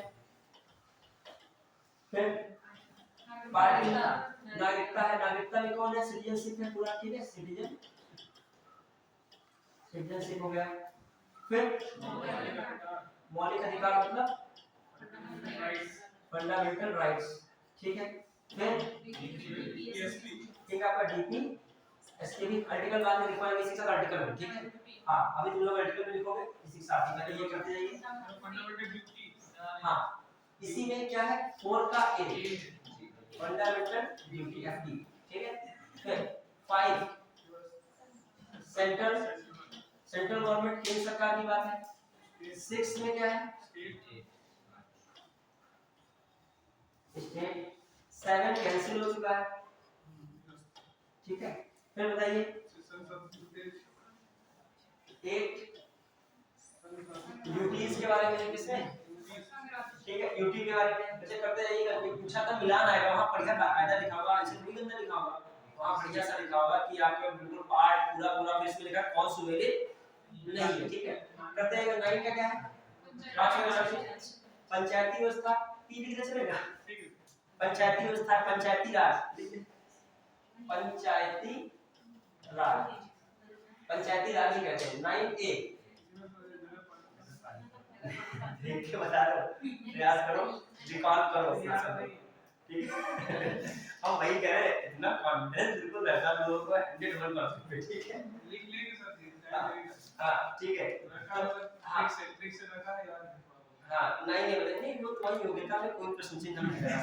आपकी योग्यता जो है सबकी यहाँ पे, आपकी योग्यता में कोई कमी नहीं है, ये मुझे पता है। कोई बात है क्यों, देखो ये तो हम जानते हैं, हम आपको बस गाइड कर रहे हैं, बाकी आप लोग पढ़े हुए सब बैठे हो, कोई दिक्कत नहीं है। हम कोई एकेडमी में बच्चे थोड़ी पढ़ा रहे हैं, आपको प्रोफेसर ने पढ़ा के भेजा है। आप प्रोफेसर जानते हो कितना JRF और नेट PhD कर के आता, इतनी बड़ी हस्ती से पढ़ के आए हो। ये सारे यार आपने टफ किए सर। हाँ वैसे याद भी नहीं होगा। अब देखो सब ज्ञान लग रहा है हम लोगों का, ठीक है। स्टार्ट कर रहे हैं। हाँ 9A, ठीक है। 9A में जल्दी क्या था आपका, जो आपका म्युनिसिपैलिटीज था, म्युनिसिपैलिटीज, नगर पालिका, नगर निकाय, ठीक है। फिर 9 का B क्या था आपका, कोऑपरेटिव सोसाइटी, सोसाइटी। 10 जो है एरिया, ठीक है, अनुसूचित जाति एवं जनजाति क्षेत्र, ठीक है, SC/ST एरिया। ये इनका प्रशासन वगैरह की बात किसने दी है, 10, ठीक है। फिर आ जाइए 11, एक और एक 11 होता है, एक और एक 11, 50-50 बनता है 50, तो मतलब सेंट्रल स्टेट रिलेशन। ये 1-1 का रिलेशन है, 6 का रिलेशन है, relation between state and centre, ठीक है। फिर आइए 12, जो डाली दिमाग पे। अब किसकी जरूरत पड़ेगी, संबंध तो सब बन गया, लेकिन अब किसकी जरूरत पड़ेगी, पैसे। कुछ ऐसे दिमाग में बनाओ आप, देश और राज्य में। अब राज्य जब देश कह रहा है केंद्र आपसे हमारा बढ़िया रिलेशन, राज्य कह रहा है रिलेशन तो ठीक है, पहले पैसा आओ, हमें चुनाव में घोषणा उसमें वोट कर डाले, और अब कह रही जनता की ये योजना डालो, वो योजना, बिजली का बिल सब माफ कर दिए थे, तो राज्य केंद्र कह रहा नहीं इतना हम नहीं दे पाएंगे, तुम्हारे पास आया इतना टैक्स है, हम चाह रहे हो कि अदर राज्यों का तुम कौन दे दे, और ये राज्यों का बंटवारा कौन करेगा। ये केंद्र के पास टाइम नहीं हो पाएगा, वित्त आयोग जाओ संभालो जाके इनको। वित्त आयोग क्या करेगा, बंटवारा करता है कि केंद्र के और राज्य का जो टैक्स पूरा कलेक्शन है उसमें किसको कितना देना है, ठीक है। फिर आइए हाँ पार्ट 12 में किसी क्या है आपका फाइनेंस है, क्या है फाइनेंस। फिर आइए 13 में तो पैसे आ गए ट्रेड हो। अब जो है जब बिजनेस में पैसा आ गया तो कॉमर्स एंड ट्रेड किसमें हो जाएगा, याद रखने का सब तरीका बढ़िया, कठिन वाले ही बीच की कठिन प्रॉब्लम है। खंड शिक्षा अधिकारी एग्जाम हुआ था, उसमें से आया था 12-13 ऐसे में से कोई पूछा गया था, 12-13-11 ऐसे करके। हां फिर 14 में अब क्या आएगा आपका, मेरा क्या आएगा नहीं, दोनों में विवाद। अब विवाद होगा तो विवाद का मैं UPSC जो क्या है, सेवाएं हैं, अखिल भारतीय सेवाएं। ये किससे कितने तक अखिल भारतीय सेवाएं, 23 तक है कि नहीं, जो है 23 323 324 से क्या शुरू हो जाएगा आपका 29 तक भारत निर्वाचन आयोग। तो जो है इलेक्शन कमीशन कब आ जाएगा, इलेक्शन कमीशन किसमें आ जाएगा, पार्ट 15। अब 16-16 सर्टेन क्लासेस के लिए कुछ क्या किया जाएगा, जो विशेष प्रबंध किया जाएगा, तो जो है ठीक है। अब आपको कौन आ गया पार्ट 16, ठीक है, special provision for certain classes, कुछ वर्गों के लिए विशेष उपबंध, इसमें पार्ट 16। हाँ फिर आइए पार्ट 17 बच्चों, इसमें कौन है पार्ट 17, कौन है लैंग्वेज। अब बच्चे पार्ट 18 कौन है,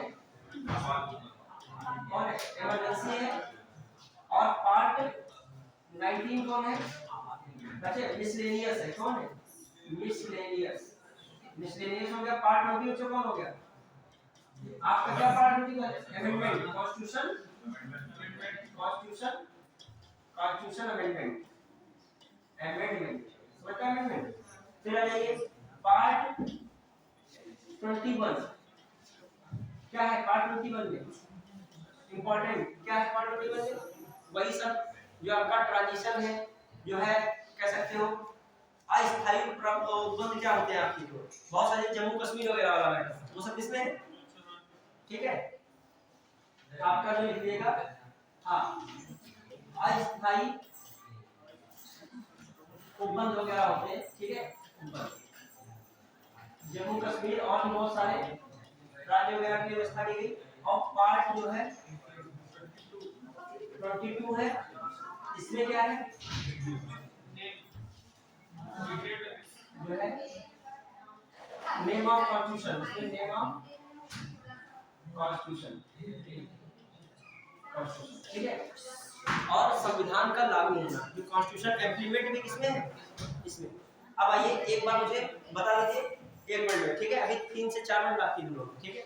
बताइए फटाक से, उल्टा पुल्टा मैं पूछ रहा हूँ, ये आपको लगता है इजी है? ये चीजें इजी होती नहीं है, जब एग्जाम में आता है रिवाइज नहीं होता है, वो कॉन्सेप्ट वाली चीज तो बना लो कि राष्ट्रपति था क्या था, 2 बार लेके इसमें आता है तो आता, नहीं आता तो हटो, और उल्टा पुल्टा मारोगे 1/3। और प्रयास कीजिए सब लोग आराम से हेल्दी माहौल में पढ़ाई कीजिए, ठीक है, इससे अदर वाले लोगों को भी प्रॉब्लम ना हो, ठीक। अब आइए, जैसे आप लोग रिलैक्स होकर बताओगे और बिना देखे बताओगे। अभी मैंने बताया था हाँ, 1-2 लोगों से पूछता चलो, वैसे कुछ कोई प्रॉब्लम तो नहीं बता पाओगे इसमें, कोई यहाँ पे इमेज नो इमेज का कोई मतलब नहीं, गलत बताओ तभी अच्छी बात, मैंने बताया तो ये बड़ी बात है। हाँ बताइए पार्ट 19 क्या कह रहा है, पार्ट 19 मिसलेनियस क्या, part 17 language, part 16 special provision for certain classes, कुछ वर्गों के लिए विशेष वर्ग। पार्ट 14 क्या है बताइए, लोक सेवा। पार्ट 15 क्या है, भारत निर्वाचन आयोग। पार्ट 13 क्या है, 13 trade and commerce. Trade and commerce से पहले क्या होना चाहिए, 12 क्या है, फिर बताइए पार्ट 11 क्या है, 11 1 रिलेशन, ठीक है। 10 क्या है, 10 एससी एसटी शेड्यूल एरियाज में, ठीक है, अनुसूचित क्षेत्र है, ठीक है। फिर आइए आपका 9 क्या है, पंचायत। फिर 9 का ए क्या है, फिर 7 क्या है, 14 किया है मैंने, 14 ए लिख लीजिएगा, बहुत इंपॉर्टेंट है, ट्रिब्यूनल है उसमें, क्या है 14 ए में, हाँ जो है 14 जो लिखा है 14 का ए ट्रिब्यूनल है, क्या उसमें अधिकरण जिसे कहते हो, ठीक है, अधिकरण या न्यायाधिकरण, याद रखिएगा 14 ए, ठीक है, क्लियर। अब आ जाइए, ये भी बात हो गई। अब बताइए फटाक से, वहां पे ये हो गया। अब बताइए कौन सा पिक्चर, 6 क्या है, स्टेट, 5 क्या है, सेंट्रल, और 8 क्या था, यूनियन, ठीक है। तो यूटीज था, ठीक है, सेंट्रल, फिर स्टेट, फिर क्या था, यूटी, फिर 4 था, बताइए 4 3 2 1 पूछेंगे नहीं, इतने रद्दी हो गए हैं बहुत बार, रद्दी क्या मतलब, इतना बार लोग पढ़ के तो मतलब नहीं रहेगा, ठीक है। हाँ 22 क्या था, संक्षिप्त नाम है, संविधान का संक्षिप्त नाम, संविधान का लागू होना, क्लियर। कौन सा आर्टिकल जो है रिलेटेड है कॉन्स्टिट्यूशन का, संक्षिप्त नाम है, कौन सा आर्टिकल बताता है, आर्टिकल 393, कौन सा है, 393। और 395 क्या कहता है कि जैसे संविधान लागू हुआ तो भारत सरकार अधिनियम 1935 और जो स्वतंत्रता अधिनियम 1947 क्या होते हैं, समाप्त होते हैं। वो कौन कहता है, 395। ये कुछ आर्टिकल ऐसे हैं बड़े इंपॉर्टेंट हैं, आते घूम जाते हैं। अब आइए 1-2 मिनट के लिए केवल आपको क्या मैंने बताया था, अनुसूचियां लिखने का टाइम नहीं है, ऐसे ही कुछ बताइए, बता दिया जाए ऐसे तो दिमाग में आ ही जाएगा, आप रिवीजन करे होंगे। पहली अनुसूची क्या कहती है, पहली अनुसूची, ठीक है, संघ और राज्य। क्वेश्चन आता है कि किसी इनमें संशोधन होता है तो किस अनुसूची में संशोधन करना पड़ेगा, अनुसूची 1, फिर अनुसूची 2 जो आपकी, हाँ दूसरी आपकी कौन है, वेतन, ठीक है। अब आइए वहां पे दिक्कत आती है, चलिए वेतन में कोई दिक्कत नहीं, वेतन किस किस को खास कर मिलता है, जितने भी इसे सदस्य हैं, अध्यक्ष हैं, उनको सबका वेतन कहां से मिल रहा है, ठीक है। अब आइए अनुसूची में बात दी गई है, इसमें 3 अनुसूची 3, लेकिन वहां पे एक अपवाद एक्सेप्शन, 3 लोगों को शपथ इसके थ्रू, एक राष्ट्रपति, उपराष्ट्रपति और राज्यपाल, ठीक है। राष्ट्रपति उपराष्ट्रपति राज्यपाल को शपथ किसके थ्रू नहीं मिलती है, आर्टिकल शेड्यूल 3 के तहत, ठीक है। फिर आइए 4 क्या कहता है, राज्यसभा की सीटों का आवंटन। फिर 5 5 क्या कहता है? जनजाति क्षेत्र। जनजाति क्षेत्र। लेकिन 6 क्या कहता है? मेंशन कर देता है कौन कौन से जनजाति क्षेत्र। असम, मेघालय, त्रिपुरा और मिजोरम। क्लियर? हाँ, फिर आ जाइए 7 क्या कहता है? Official language. लैंग्वेज में थोड़ा सा दिमाग में अभी बता रहा था, लैंग्वेज याद रखिएगा, बहुत इंपॉर्टेंट है। इस बात देखो जो था बोल में कितने थे? 14 भाषा थी। कितनी भाषा थी? जब फंडामेंटल कॉन्स्टिट्यूशन था उसमें कितनी भाषा रखी गई? जब जो आपका 7 आया था, पहले बताइए लैंग्वेज किसमें है? 8 में है। 7 में शक्तियों का विभाजन है, ठीक है। लैंग्वेज में क्या है? जब पहले जो था कितनी भाषा थी? केवल 14 थी। अब फिर कितनी भाषा बढ़ गई? 6। तो याद रखिए इस पे क्वेश्चन बहुत पूछा था लैंग्वेज का।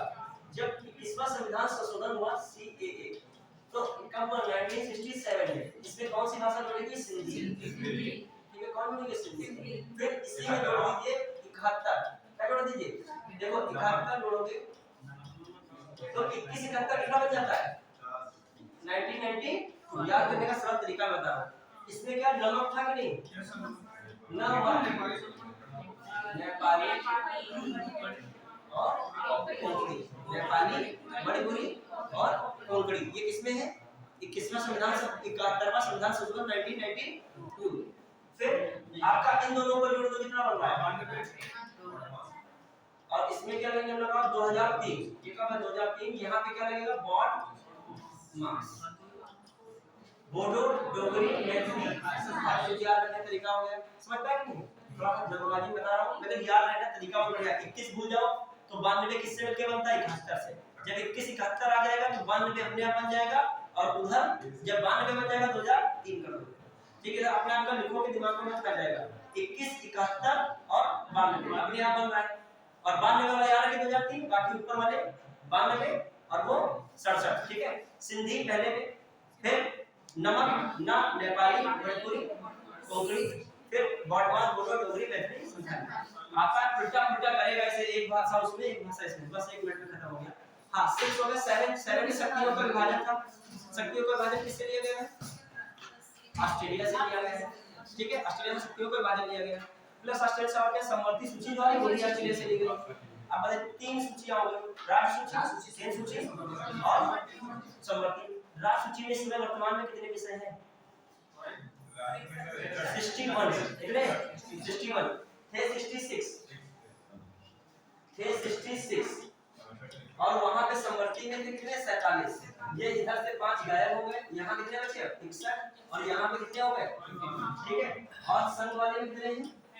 मिलान आ सकता है, ये भी नहीं है। बहुत छोटे छोटे क्वेश्चन पीसीएस वगैरह करता है, वहां मिलान कर देगा। सुनीतों को काश एक बार कॉपी देख ली, काश, और काश शब्द वहां लग जाता है। ये छोटी सी मिस्टेक होती है, काश एक बार भाई क्या मान था कि 61 था कि 66 था, वो किससे हो गया। और वो ऐसा जरूर बनाएगा साइकोलॉजी की दृष्टि से कि फर्स्ट टाइम में आप कंफ्यूज हो पक्का ना पढ़ा हो। ठीक है, हां वो जानता है कि आप पहले पढ़ चुके हो, उसको पता होता है रिवाइज करके आए हो कि नहीं पेपर, बस वो जानना चाहता है। और जो पढ़ाई तो पहले बार कर रहा है केमिस्ट्री से। हां फिर आइए राशि किसका आ गए? 8 हो गया था। अच्छा, राज सूची, समवर्ती सूची और संघ सूची। राज सूची में क्या रखेगा? जो भूमि वाला संबंध है सब याद में। एग्रीकल्चर, इरिगेशन है, एग्रीकल्चर होगा तो एनिमल हस्बेंड्री होगा, एग्रीकल्चर है तो मत्स्य पालन होगा, मुर्गी पालन, कुक्कुट पालन, ये सब हो जाएगा। एग्रीकल्चर है तो व्यापार भी आगे चल के होगा, ना जाएगा इधर आएगा। तो व्यापार भी किसमें है? इसी में। मनोरंजन भी किसमें? इसी में। देखा होगा टैक्स में छोड़ती सरकारें, बढ़ा देती है राज्य सरकारें। फिर आपका कौन है? आपका लॉ एंड ऑर्डर है, ठीक है, हॉस्पिटल है, आपकी स्वच्छता है, ये सब स्वच्छ जल है, ये सब किसका विषय है? राज्य का। सफाई वगैरह सब किसका विषय है? राज्य का। अब ये समवर्ती का दोनों का कौन कौन है? समवर्ती दो लोग विवाह में होते हो कि नहीं? तो समवर्ती विवाह, दो लोग अलग हो गए, डाइवोर्स, ये भी किसमें? समवर्ती में। ठीक है, फिर आ जाइए इलेक्ट्रिसिटी, समवर्ती में। वन, वो जंगल अपनी ओर खींचे ले जा रहे हैं, अपनी खींचे ले जा रहे हैं, ये नहीं हो सकता। दोनों लोगों को इसमें क्या कर दिया गया? वन में जोड़ा गया। फिर क्या आपका जिला न्यायालय देखते हो, अभी जाओ सीतापुर का, उसका प्रशासन है वो भी वेट एंड मेजरमेंट डिपार्टमेंट आता है, उसमें वैकेंसी आती है, पीसीएस में आती है। ठीक है, तो वेट एंड मेजरमेंट में पीसीएस में ही होती है पोस्ट, तो उसमें भी क्या है? ये किसका है? दोनों का। क्लियर? मैगजीन में पढ़ते हो, न्यूज़पेपर पढ़ते हो, और आईपीसी सीआरपीसी धाराएं पुलिस लगाती है, पुलिस लेकिन राज्य का है। आईपीसी सीआरपीसी लगाती पुलिस है, ये किसका है? समवर्ती का। केंद्र का ही समवर्ती का है। आप केंद्र का जानते हो, ये सब फाइटर जेट है, रेलवे है, एयरपोर्ट है, बीमा है, बैंक, ये सब किसका है? केंद्र का। चले आबादी नौवीं कौन थी जिसमें पहली बार भूमि संरक्षण की बात की गई? एक कोहिलो केस आता 2007 में, उसने कह दिया कि इसके अंतर्गत जो भी आएगा कानून उसको भी न्यायिक समीक्षा के दायरे में रखा जाएगा। पहले क्या होता था, सरकारें बहुत सारे कानून इसमें ले आती थी अनुसूची 9 में, तो उसमें प्रावधान था कोई भी इसमें न्यायिक समीक्षा कानून की या कोई भी नहीं हो सकती है। 10 बताइए, दल मतलब इधर से उधर पहुंच गए, इधर से इधर, उसको समझाएंगे जब आगे टॉपिक आएगा। फिर 11 में पंचायत, कहां से कहां तक, 243 से वो तक है। फिर उसके बाद कौन है, नगर पालिका। कब 12, ठीक है, कब से कहां गए, कहां तक, पी से 243 पी से जेड जी तक। क्लियर? तो अच्छा आपको लगभग मैंने सूचियां भी नॉर्मल तरीके से नहीं लिख पाया, लेकिन दिमाग में कुछ तो गया ही होगा। ठीक है, आज के विषय में क्वेश्चन के पीके भेज देंगे। अच्छा